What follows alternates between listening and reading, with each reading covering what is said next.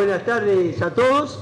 Hoy es un gran gusto que estén participando de esta reunión abierta del Instituto de Sociología Política, donde vamos a analizar un tema muy concreto. Yo diría las PASO como hecho, ¿no es cierto?, como hecho político electoral y el escenario que deriva de esto. Primero vamos a tener un politólogo muy capaz, muy inteligente, Gabriel Puricheri, ¿no es cierto?, que nos va a dar su opinión, ¿no es cierto?, sobre el tema. Segundo, del Instituto, segundo Ignacio Lavaki, que también es un politólogo muy capaz, muy inteligente, ¿no es cierto?, que también nos va a dar su opinión sobre el tema, y después yo finalmente hago un comentario más general para cerrar. Puricheri. Gracias, Rosendo, buenas tardes. Bueno, en primer lugar, un disclaimer, una advertencia inicial. Parece que estamos todos, al menos yo lo estoy, en un estado de cierta perplejidad. Bueno, en un estado de mucha mayor perplejidad hay actores mucho más importantes que yo, por cierto, en este país en este momento, pero me parece que cabe hacer esta observación inicial, porque me parece que estamos en un terreno de explorar e indagar los hechos más que en el momento de brindar conclusiones muy terminantes. La primera cuestión, obviamente, la fuente fundamental de la perplejidad es que los instrumentos demoscópicos, en los cuales no confiamos ciegamente, por cierto, pero que constituyen la base ineludible para enunciar algún tipo de diagnóstico cuando se trata de situaciones electorales, estuvieron, como todos lo sabemos, lejos de anticipar la magnitud del triunfo de Alberto Fernández. Predijeron sí la victoria. El promedio de las encuestas daba un margen de entre 4 y 5% y no había demasiadas dudas de quién iba a llegar primero en esta primaria abierta, simultánea y obligatoria del domingo, pero efectivamente el margen estuvo muy lejos de ser predicho, sobre todo por las encuestas que utilizan la tecnología ya más corriente, o la que económicamente está más al alcance, que es la de las llamadas robóticas a través de IBR. Algunas encuestas presenciales habían predicho un margen mayor, pero no pasó por mis manos, y veremos, Ignacio, que también es un lector muy asiduo de cuánto estudio demoscópico está disponible, ninguna daba más de un 8% de margen, que incluso, bueno, alguno entre los asistentes ya me señaló que yo había arriesgado como corazonada, no como análisis, un margen superior al 8%. Bueno, no saqué el número de la galera, sino que efectivamente había un par de encuestas presenciales que se animaban hasta ahí. Pero aún las más osadas, encuestas que, hay que confesar, las vi con desconfianza, porque se apartaban del margen que daba el promedio, no iban más allá de anunciar justamente un margen del 8%, y finalmente el margen fue el doble. Yo voy a compartir algunas intuiciones que explican en parte el resultado, al menos las explicaciones que me he dado a mí y que he dado en un marco más profesional a aquellas personas que en los últimos días me han requerido algún parecer.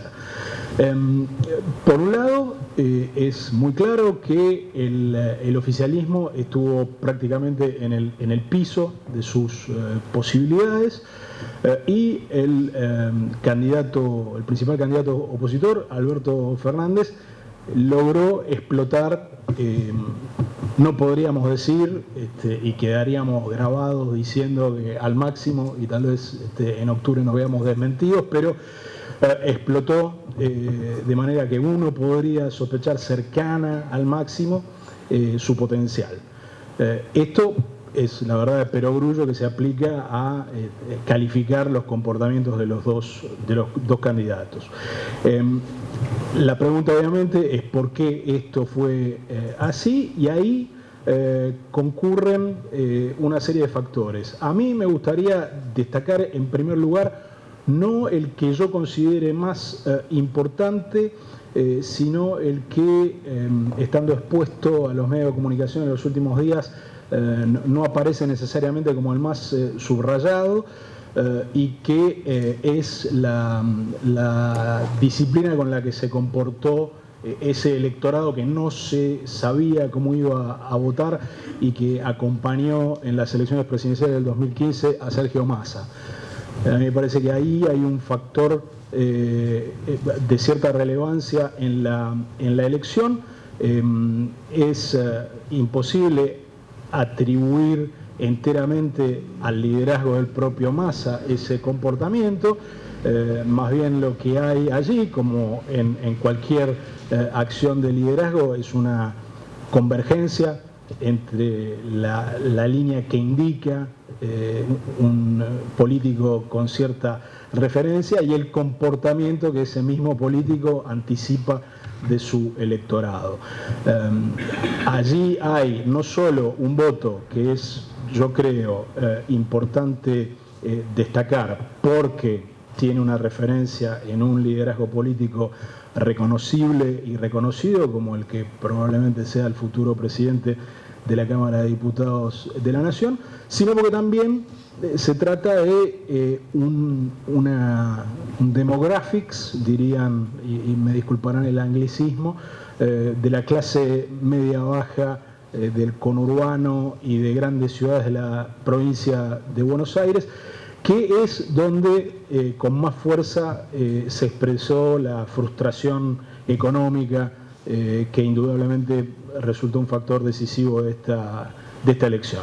Entonces, la referencia inicial a Massa tiene que ver con destacar, por un lado, una apuesta política que efectivamente pagó, un liderazgo que logró interpelar y representar a la vez a un sector muy concreto y que era indispensable para la construcción de esta coalición casi mayoritaria que convocó el domingo pasado Alberto Fernández. Obviamente, y hago aquí una primera referencia al sufrimiento económico de ciertos sectores de la población, en los análisis que hemos hecho en esta misma mesa previamente, arriesgábamos algo que durante la campaña fue prácticamente un consenso entre analistas, y era que la elección iba a caer de un lado o del otro según predominara el factor de la dificultad económica o el factor del rechazo por el candidato del campo opuesto. Si hubo una duda que la elección del domingo despejó con toda claridad, fue que el factor que predominó fue el factor económico, y que el factor del rechazo al otro candidato, que seguramente si saliéramos a hacer una encuesta hoy nos encontraríamos con que todavía es muy robusto, fue dejado en segundo plano a la hora de la decisión del voto. Otro elemento que a mí me gustaría contribuir, y de vuelta trato de traer aquí no todos los elementos que se me ocurren, sino algunos que no los he escuchado suficientemente mencionados o suficientemente para la importancia relativa que le atribuyo, es que esta fue una elección que algunos parangonaron de manera muy equivocada con la situación que se daba en el 2001, en esa elección de medio término que el presidente de la Rúa pierde de manera tan decisiva semanas antes de terminar renunciando, cuando en realidad a mí se me ocurría desde el principio de esta campaña que si había que buscar alguna comparación con elecciones anteriores, había que buscarla en la elección de 1989. Y esto no en relación con el factor económico, sino con el factor político. La elección del 89, seguramente cuando menciono esa fecha, lo que viene a la cabeza de todos es el gran triunfo de Carlos Menem en esa elección, pero el hecho políticamente destacable casi al mismo nivel que el triunfo de Carlos Menem es lo bien que resistió el voto del oficialismo en la elección de 1989. O sea, todos tenemos claro que Eduardo Angelós no fue presidente, pero tendemos a dejar de lado el hecho de que un país que había atravesado un dramático proceso hiperinflacionario le dio el 40% del electorado, le renovó su confianza al Partido Radical, que no llevaba necesariamente el más popular o el más representativo de sus referentes, sí un caudillo local de enorme valía. Y traigo a colación la comparación porque yo arriesgo la hipótesis de que la resistencia del voto radical en esa circunstancia económicamente tan desfavorable se debía a que en esa elección operó todavía como un factor importante la identidad política. Un elemento que en la derrota de la Alianza en el año 2001 no estaba presente, ¿no? 10 años después, 12 años después de esa elección de 1989, los elementos identitarios resultaban mucho menos útiles a la hora de explicar comportamientos electorales que en 1989. Y por eso se me ocurría que esta elección que encarábamos no se parecía a esa del 2001, sino que tenía alguna semblanza de la de 1989, porque uno de los méritos del gobierno que hoy parece saliente es haber construido efectivamente una identidad política. Y yo diría que así como en el gobierno están choqueados por la baja votación que tuvieron, yo diría, pensando en 1989, que por el contrario ha habido una capacidad bastante importante de resistir a condiciones económicas muy favorables. O sea, en ausencia de esta identidad que Cambiemos ha logrado construir, en ausencia de esta predisposición permanente a la batalla cultural, dirían sus adversarios, que ha mostrado el presidente Macri y que el liderazgo del presidente Macri ha proyectado, diría que una interpretación un poco contraintuitiva del resultado electoral del domingo es que, en definitiva, 32% es un número bastante robusto frente a situaciones económicas extremadamente desfavorables y que se explica sobre todo por esta capacidad del gobierno de instilar en su electorado un grado de adhesión que va más allá de la coyuntura y que tiene que ver con una identificación política más profunda. Por supuesto que el gobierno fracasó en movilizar a aquellos que pensó que podía movilizar exclusivamente desde la antipatía y desde el rechazo de la candidata a vicepresidenta de la fórmula opositora, como fue el blanco elegido.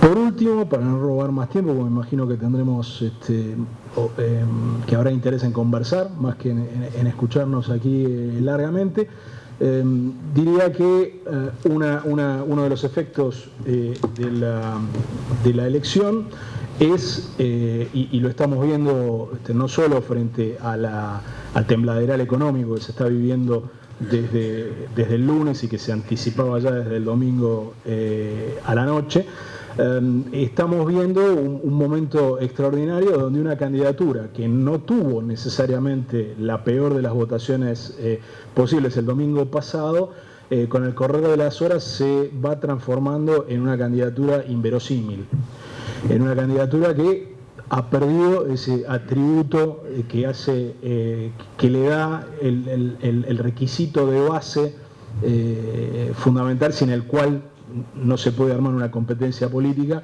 que es el derecho a decir, bueno, soy un candidato verosímil, soy un candidato que ustedes, electores, pueden considerar un potencial ganador, ¿no? Esto se ha evaporado, creo que con extraordinaria velocidad, y un síntoma que se suma a los tantos que hemos podido ver en estas pocas horas que pasaron desde el domingo es la tensión que concitó esta iniciativa de Roberto Labaña de anunciar que paraba su campaña, ¿no?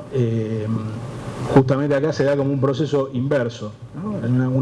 Una candidatura cuya verosimilitud estaba en duda, en cuya verosimilitud creyeron menos de 1 de cada 10 electores el domingo pasado, frente a la licuación de los consensos, la licuación inicial, por supuesto. Estamos hablando de lo que está sucediendo en este momento y en ningún momento estoy pretendiendo hacer un juicio definitivo sobre el futuro, pero digamos, una candidatura que debió haber salido muy debilitada por un resultado bastante frustrante como el que tuvo Roberto Labaña, hoy logra capturar el interés y dominar en estas últimas horas al menos el ciclo de noticias. Y esto no es meramente un mérito de una jugada inteligente, de un candidato que anuncia algo que por otra parte ningún periodista tuvo la rapidez de cuestionar, porque la campaña en lo formal no empieza de nuevo hasta el 7 de septiembre, o sea que Labaña anunció que dejaba de hacer algo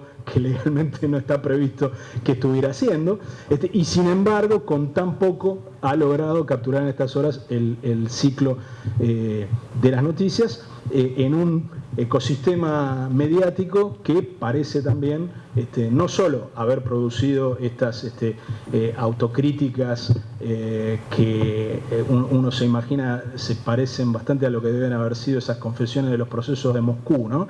Donde lo que enunciaron algunos periodistas con tanto énfasis que parecía que le fuera la vida en ello, no solo significó el desembarco de algunas de las figuras más partidarias del ecosistema mediático, sino que este otro factor, ¿no? que empiece a haber una búsqueda de noticias importantes al margen de la campaña del gobierno, empieza a prefigurar un escenario que plantea para el gobierno un enorme desafío, ¿no? Me parece que el gobierno llegó como banca a la elección del domingo, y yo no me animaría a decir que a esta hora es siquiera a punto, porque más bien parece estar completamente fuera de juego, y este pequeño hecho, que por ahí en una semana lo habremos olvidado, pero esta iniciativa del doctor Labaña de hoy me parece que opera como un síntoma que prefigura esto, ¿no? Y yo lo dejo aquí para dar la palabra a Ignacio y poder seguir.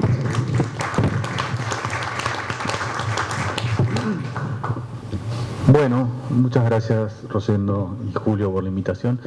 Yo creo que la elección del domingo marca algo que es la persistencia de lo que es la composición del electorado, ¿no? Y que es algo que se viene dando hace bastante. Me parece que hay 3 tercios claramente, un tercio que es kirchnerista, un tercio que es anti-kirchnerista fervorosamente y un tercio en el medio, ¿no? Y que es el que define las elecciones. Si uno se fija cuál fue el piso electoral del kirchnerismo, fue con el peronismo todavía unificado, fue el 2009, ¿no? Que si uno suma, está bien, es una elección legislativa y sumar elecciones legislativas provinciales es peras y manzanas, pero uno hace la cuenta y da un tercio básicamente. ¿Cuál fue el pico? Fue el 54%, donde pudo juntar el tercio, el piso de votos, el núcleo duro, más sectores medios, incluso algún sector medio alto. Y ve lo que fue la elección de Macri de la primera vuelta de 2015 y fue un 34%, que es, digamos, si uno comparara con la primaria de 2015, Macri sumó 2 puntos más, ¿sí? Que es lo que sumó Cambiemos. Entonces es el tercio antikirchnerista. Y uno ve qué es lo que sacó Alberto. Bueno, sumó la mitad del tercio del medio. Sí, el tercio que incluye, es un tercio bastante heterogéneo, que incluye en este caso a los que votaron por Esper, Gómez Centurión, a la izquierda, y también al voto de Massa. Yo no creo que la decisión de Massa haya sido lo que explique, o sea, no veo así como algo, como un liderazgo fuerte, masista, que lo siguen así al caudillo de Tigre, dependiendo de lo que haga. Me parece que es una cuestión más de oferta electoral. Había cierta vocación de castigar al gobierno por un mal resultado económico, por desencanto. Digo, acá Puri se refirió al tema de, yo a veces lo digo de una manera medio chistosa, ¿no? Que es que el tercio del medio, hay como 2 tercios que no les importa la economía. ¿En qué sentido? El tercio anti-K, ¿sí? No le importaba digamos, la mala situación económica, ya por la sola presencia del kirchnerismo iba a votar al gobierno. El tercio kirchnerista, inclusive cuando la situación económica era bastante mejor con el 2017, en la provincia de Buenos Aires le dio 3,5 millones de votos a Cristina, ¿sí? O sea, Cristina es alguien que tiene existencia propia, no es que la suben al ring y la bajan, como algunos pretenden que ahora que le echan la culpa al gobierno, la subió al ring, el gobierno hizo mal en polarizar. No, el gobierno no polarizó nada, Cristina estaba ahí. Digo, el tercio del medio es el que estaba tensionado entre dos sentimientos negativos. Si uno lo puede poner de manera chistosa, es la bronca con el gato, y como tituló una nota de Eduardo Van der Koy semanas antes, y no es algo despectivo, simplemente tomo como lo expresó una persona en un focus group, la chorra, el miedo a la chorra, ¿sí? O sea, estaba así, decía, la voto, la chorra, ese era el título de una editorial de Eduardo Van der Koy. O sea, el miedo a la vuelta de Cristina o el desencanto o bronca con Macri. Bueno, claramente el tercio del medio se decantó mayoritariamente por la bronca o desencanto con Macri, por la cuestión económica. Creo que la clave acá fue la desaparición de Alternativa Federal, que fue algo que nunca llegó a arrancar. Y ahí está, hay que reconocer la habilidad de Cristina de haberle metido un misil a la línea de flotación Alternativa Federal justo la semana después a que Schiaretti ganara, reeligiera en Córdoba con más del 50% de los votos. Hubo muchos errores de construcción política en la Alternativa Federal, digo, vos lo mencionabas recién a Labaña, que hace, digamos, una movida chiquita, como algo que parece que genera mucha espuma, pero que vamos a ver cuánto es. Digo, tal vez Labaña estaría mucho mejor si en vez de aferrarse a su estrategia original, que era tratar de quedarse con los radicales y apostar a un desangre del gobierno, se avenía a una primaria, y hoy otra sería la historia. Digo, yo creo que la Alternativa Federal tenía un problema básico, que era que la provincia de Buenos Aires está políticamente saturada, hay dos figuras fuertes, Cristina y Vidal, no Macri claramente, y que cualquier proyecto nacional es inviable si uno no tiene una presencia fuerte en la provincia de Buenos Aires. Pero podían hacer bulto. ¿Qué quiero decir de hacer bulto? Hacer lo que hicieron De la Sota y Massa en el año 2015, juntar un 20% de los votos haciendo una primaria. Bueno, no lo hicieron. Al desaparecer eso, claramente que había como un embudo que para el votante que que estaba descontento con el gobierno, el embudo desembocaba en Fernández. Entonces, si bien el electorado no cambió mucho, lo que cambió fue la oferta electoral, ¿sí? Y yo no creo que haya sido por Massa. En el caso de Massa, ¿por qué uno pensaría que se va a Alternativa Federal? La verdad, yo no es que ya haya charlado con nadie, pero me imagino que este problema de tener pocos votos y una base de dirigentes que ven que su posición, sus chances de seguir haciendo carrera está en riesgo, lo que le iba a pasar a Massa si no se movía hacia Fernández era que se le movía la base y se quedaba él solito y sin espacio, digamos, ¿no? Y no podía tolerar otro empequeñecimiento del Frente Renovador, que viene como con una tendencia declinante de la elección del 2013. O sea que para mí, a la hora de entender esto, bueno, sí, al gobierno le fallaron todos los supuestos. El supuesto del gobierno no era que iban a una elección polarizada, al gobierno no le interesaba la polarización justamente te genera el riesgo, supongamos que incluso que el gobierno lo hubiera ido mejor. Bueno, la elección podría haber salido 46-40 y el mercado iba a reaccionar igual.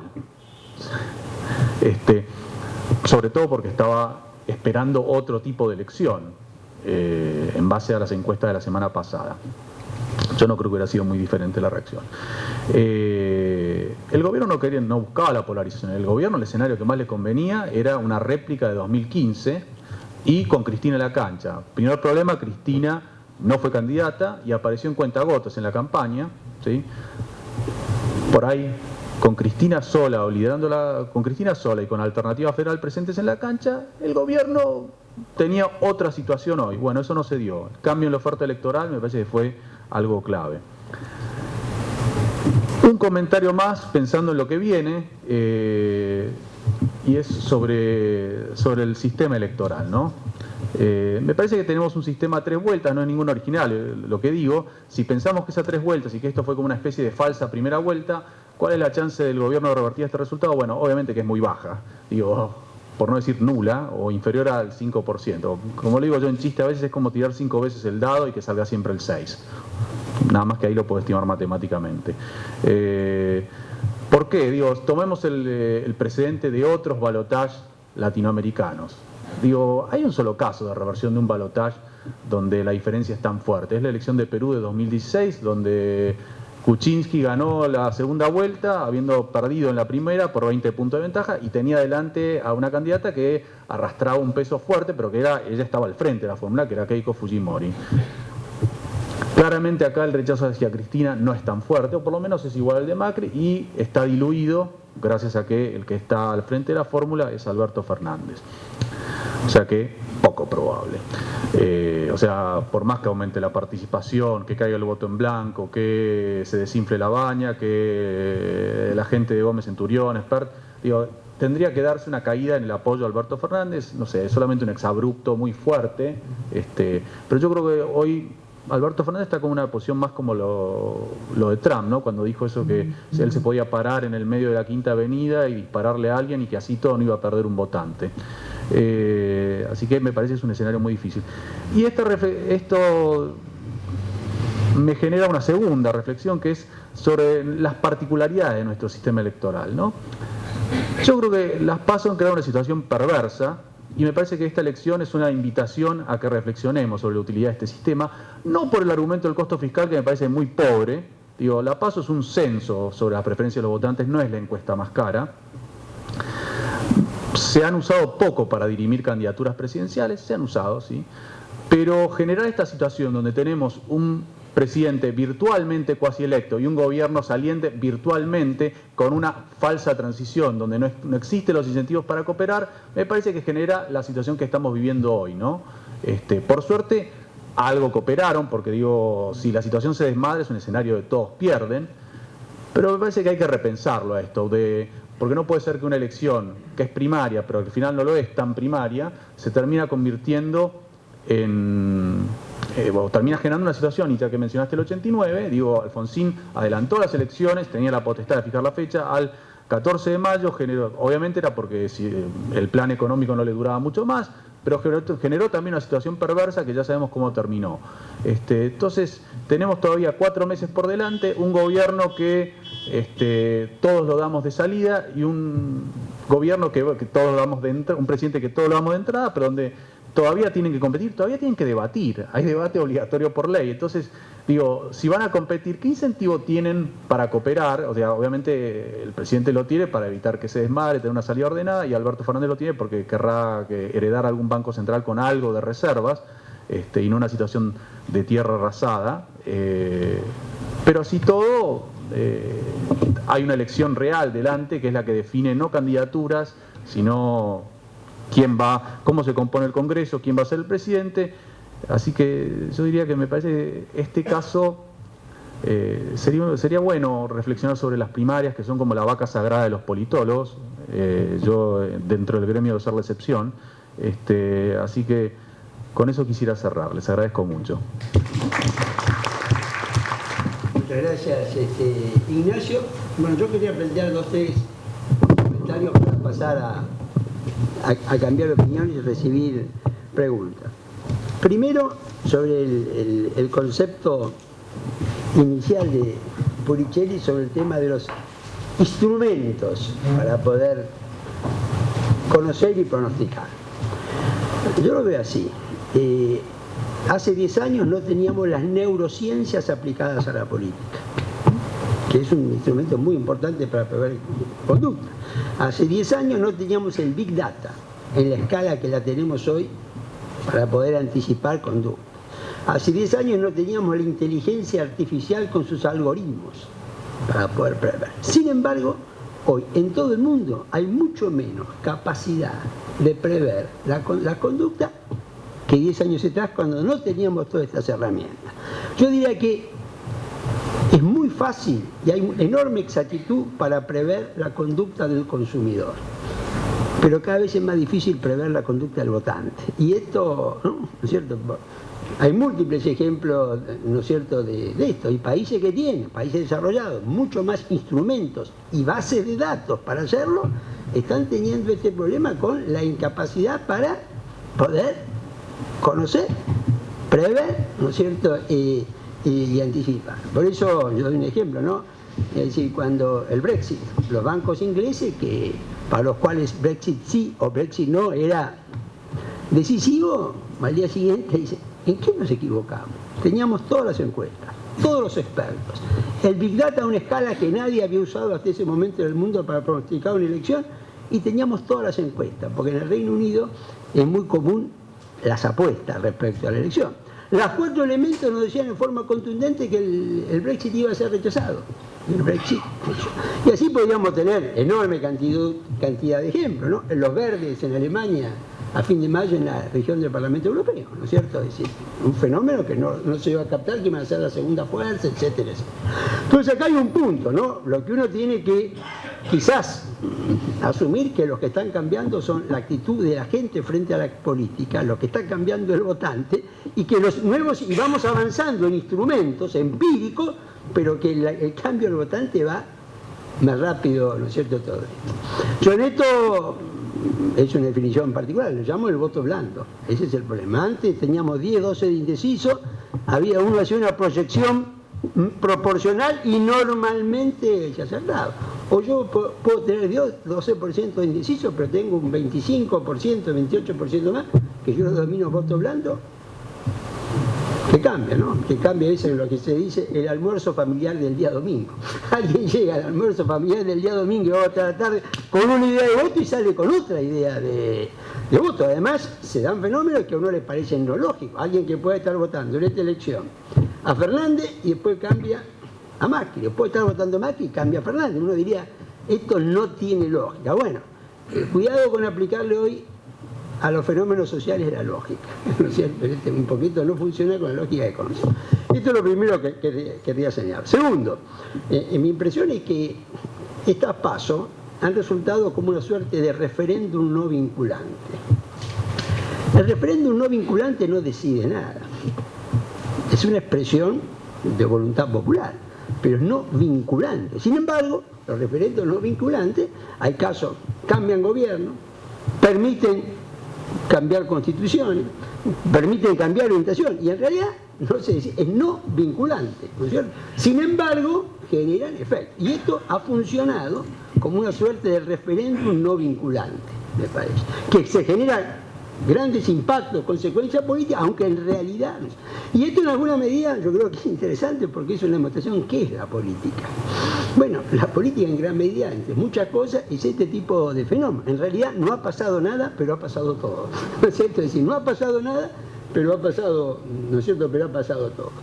Yo agregaría el punto de vista del análisis político, que en realidad ha habido una gran sorpresa frente a lo obvio. Es decir, normalmente una situación económica como la que hay en la Argentina, el que está en el gobierno pierde. No siempre, pero en la gran mayoría de los casos.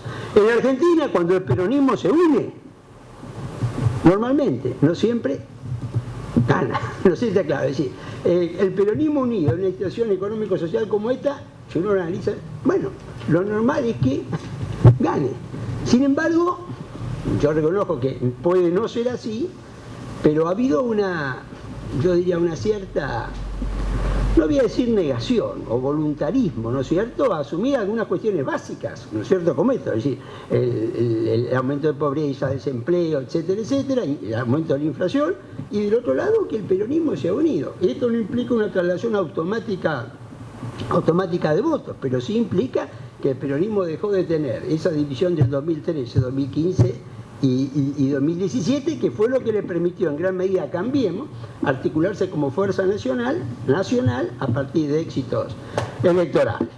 Bueno, mi último comentario va a este punto, y que, ¿no es cierto?, la comparación, a ver, yo ojalá me equivoque, pero creo que conceptualmente estamos en la tercera crisis político-económico desde el restablecimiento de la democracia en el 83, 89, 2001, 2019. Donde, en los tres casos, un hecho electoral, puede haber sido una elección presidencial, una elección de medio mandato legislativa o una PASO que terminó operando como un referéndum no vinculante, detona una crisis económica subyacente. En realidad la hiperinflación de Alfonsín se desata después de la elección, después del 14 de mayo. Lo mismo sucede en la elección de octubre de la Rúa, la crisis se desata ¿no es cierto?, en noviembre. Y hoy hemos tenido las PASO el domingo, y lo que hemos tenido, ¿no es cierto?, en los 4 días subsiguientes, es un impacto económico, ¿no es cierto?, cuyas consecuencias sociales todavía no se han desarrollado, pero se van a desarrollar. Acá aparece otro, ¿no es cierto?, otro tema, ¿no es cierto? La experiencia del 89, los costos de las largas transiciones entre gobierno electo, ¿no es cierto?, y gobierno derrotado en ejercicio, llevó a que se le quitara flexibilidad al sistema, llamémosle, a la cronología del sistema electoral. Entonces la experiencia del 89 llegó a decir, bueno, la elección, primera vuelta, último domingo de octubre, segunda vuelta, último domingo de noviembre, para entregar el 10 de diciembre. Es decir, redujimos a 40 días este proceso, en base a la experiencia de los 7 meses del 89, para que esto no se repitiera nunca más. Pero acá apareció las PASO, y las PASO en realidad, ¿no es cierto?, generó una transición muy larga, que es lo que se había querido evitar. Y el último comentario va sobre el tema, ¿no es cierto?, que decía Ignacio, de los incentivos para cooperar en este momento, que es un punto, ¿no es cierto?, central. Bueno, uno diría, y acá vuelve nuevamente el tema de la lógica, ¿no es cierto? Es decir, la lógica es la cooperación. A Macri no le conviene terminar mal y a Fernández no le conviene empezar mal. Recordemos que en el 89 a Menem le llevó 1 año y medio poder encauzar la economía. No fue que asumió Menem e inmediatamente. Y bueno, yo no quiero hacer historia contrafáctica, pero estaba al borde de la tercera hiperinflación. Esa, ¿no es cierto?, esa transición sin cooperación, ¿no es cierto?, lo hizo Alfonsín, entregar el poder antes de la fecha, y le hizo a su vez a Menem pagar, ¿no es cierto?, 1 año y medio de un costo político muy importante. En marzo del 91, Menem iba camino a perder la elección de medio mandato. ¿Qué es lo que quiere decir? Uno analiza desde este punto de vista la lógica. Hay un incentivo para cooperar, pero acá donde aparece, para mí, que la lógica, es decir, no siempre termina rigiendo, ¿no es cierto?, rigiendo la política, ¿no es cierto? Y para mí, a ver, personalmente, no la vio muy lógica la estrategia que emerge con el presidente. Una estrategia que dice, vamos a ganar la elección, bueno, frente a la magnitud de la crisis y los riesgos, no me parece demasiado lógico. Y a su vez, del otro lado, ¿no es cierto?, lo que tenemos es como acá se dijo, ¿no?, un Alberto Fernández que en realidad lo que tiene que tratar de hacer es hacer lo menos posible, porque haciendo lo menos posible es como él tiene más chance. Pero para simplificar, en términos muy simples, para mí, y hipersimplificando, la transición desordenada Alfonsín-Menem es el modelo a evitar. En algún punto veo que no es cierto. Y a mí me gusta poner como un modelo, es decir, a evitarlo. Y a imitar, para mí, es Brasil 2002. ¿No es cierto? La elección era el 1 de noviembre, Lula ganaba en las encuestas, Lula era el pánico para los mercados en ese momento, fuga de capitales, caen los bonos. Brasil llegó a tener 17.000 millones de dólares de reserva en septiembre del 2002. 17.000 millones de dólares de reserva de Brasil, y como si acá dijéramos 4.500, no sé si en este punto.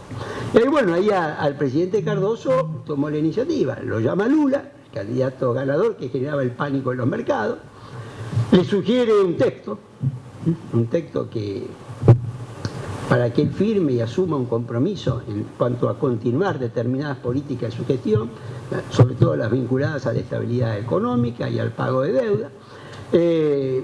Lula lo reescribe un documento que se lo reescribe Palocci, que era en aquel momento su hombre clave en el armado del gobierno, que llamó Carta de Lula al pueblo brasileño. En realidad la carta de Lula al pueblo brasileño era la carta de Lula a los mercados, no sé si, ¿no? Era la carta de Lula al pueblo brasileño. Bueno, sale esa carta y entonces genera un poco como una tregua. Pero después viene ¿no es cierto?, de Cardoso, que la firmara también José Serra, que era el candidato de Cardoso, digamos. Venían a ser los dos candidatos de lo que hoy podríamos llamar de la polarización brasileña de aquel momento, eran las dos antítesis. Y los dos firman el mismo documento, ¿no es cierto?, en aquel momento. Y eso alcanzó. Yo veo la situación muy análoga.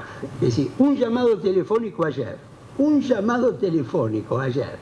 entre Fernández y Macri, y hoy no resolvió nada, pero frenó el pánico, digamos, creó una tregua. ¿Qué es lo que me dice eso? Que el acuerdo entre Macri y Alberto Fernández puede ser eficaz para evitar la transición desordenada que tenemos que evitar. Es decir, yo creo que ayer tuvimos una evidencia de que esto puede funcionar, y en cuanto se vio que había una comunicación, esto creó una sensación de que el peor escenario se puede evitar. Ahora, ¿lo vamos a evitar? Acá yo no lo sé si lo vamos, ¿no es cierto?, lo vamos a evitar. Sería lo lógico, sería lo sensato y sería lo necesario, ¿no es cierto?, respecto a los intereses del país, y además sería lo que los incentivos racionales están marcando. Pero a veces la política tiene situaciones, factores, ¿no es cierto?, que no permiten hacer lo lógico, ni lo sensato, ni lo racional, y en la Argentina hemos tenido muchos ejemplos de esto. Bueno, nos vamos a hacer una nueva reunión abierta en septiembre, donde vamos a tratar de conjeturar lo que viene en octubre y hacer un chequeo de qué, ¿no es cierto?, qué fue sucediendo. Muchas gracias a todos.